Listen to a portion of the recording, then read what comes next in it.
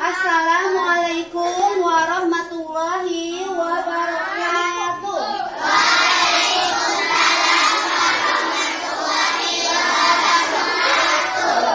Alhamdulillah ya, hari ini kita dipertemukan kembali di hari kedua dalam kegiatan pesantren. Ya, sebelum ibu mulai, ibu mau tanya kabar kalian dulu ya. Ya, meskipun sedang puasa, kita harus tetap semangat. Ya, yuk ibu ulang ya.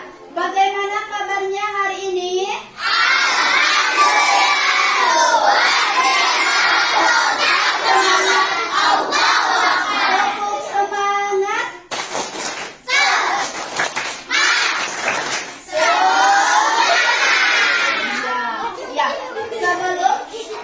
Sebelum ke pembahasan materi ya, coba kita peragakan dulu yang tepuk puasa tadi ya. Siap?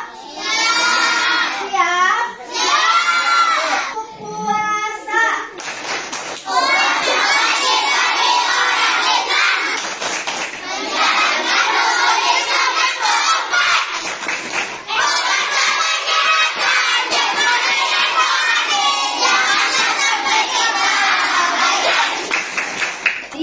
Hari ini kita akan membahas tentang sejarah turunnya Al-Quran.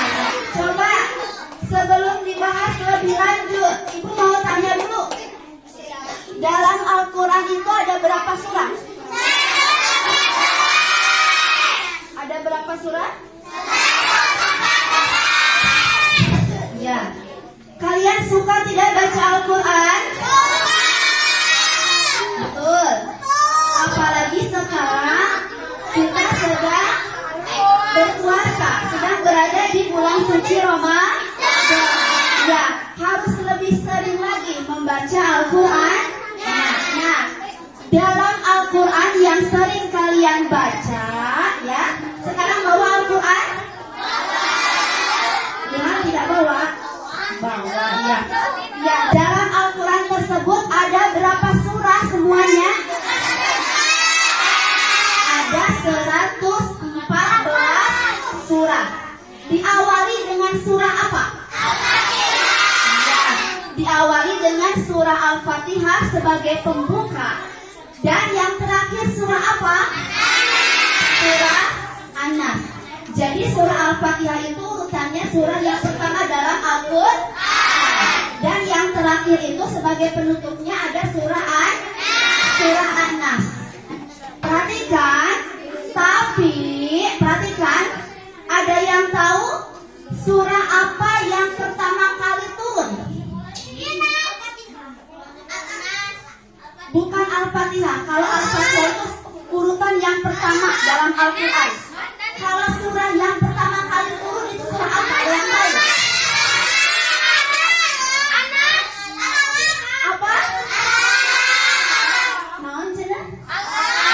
Ayo, ini kan ada 4, bisa lupa lagi. Ya, surah. Ya, perhatikan. Surah yang pertama kali turun, ya, itu adalah surah Al-A'la. Ayat berapa?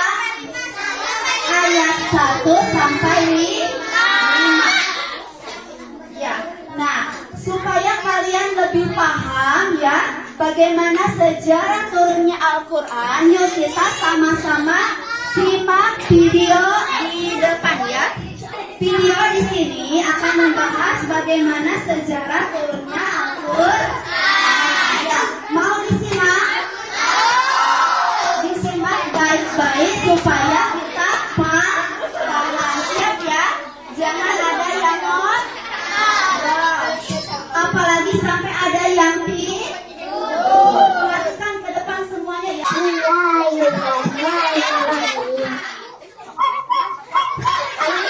Jam besok sebelum sahur. Katanya malamnya turun Quran ya? Iya deh, karena sekarang malam 19 Ramadan. Kakak tahu nggak? Aku ingin tahu.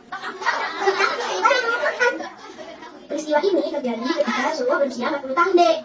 Saat itu Rasulullah sedih melihat kemaksiatan yang terus dilakukan oleh orang-orang Mekah. Rasulullah sering memasingkan diri ke Gua Hira. Hingga suatu malam datanglah malaikat Jibril menemui Rasulullah.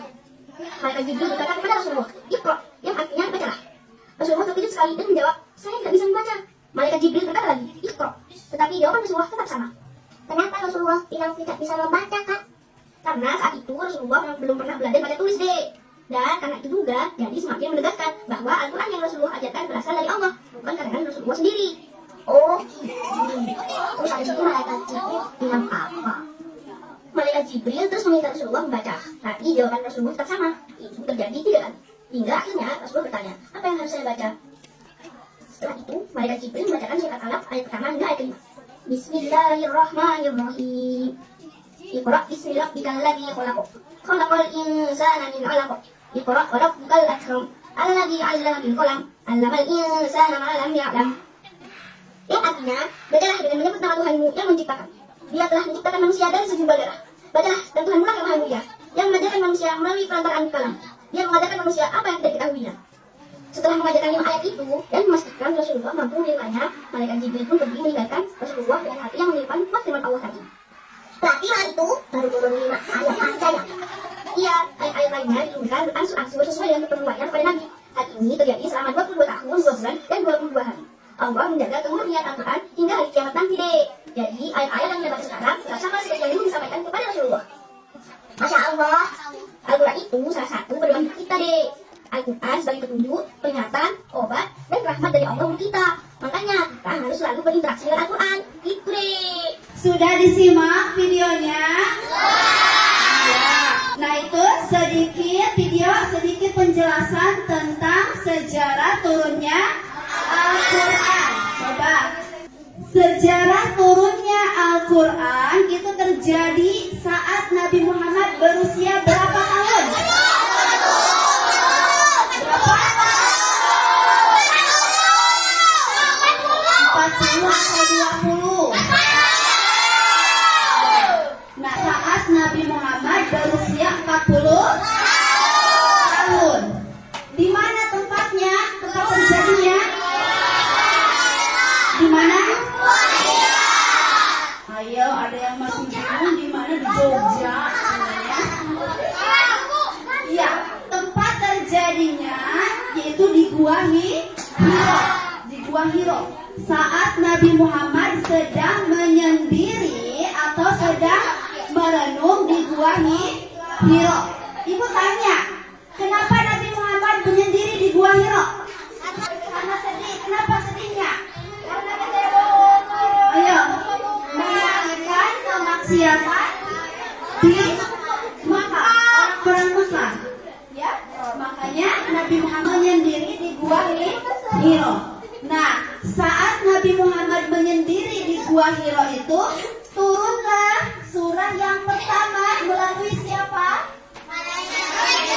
Melalui malaikat Jibril menyampaikan wahyu yang pertama, menyampaikan surah yang pertama. Surah apa tadi? Surah Al-Alaq ayat berapa? Ayat 1 sampai 5. Sudah hafal surah Al-Alaq ayat 1 sampai 5? Sudah hafal belum? Yuk kita baca bersama-sama mulai dari ta'awudz dulu ya. Yuk bersama-sama. A'udzu billahi minasy syaithanir rajim.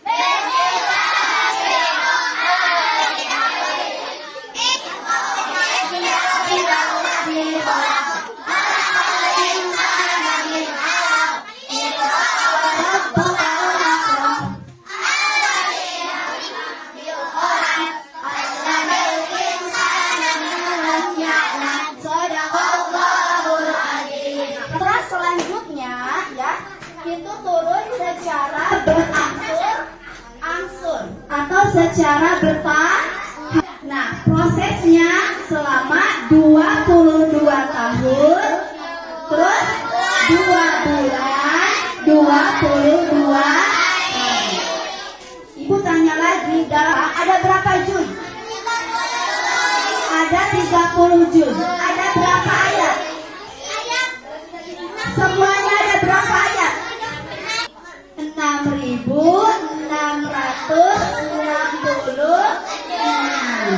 Ya, betul.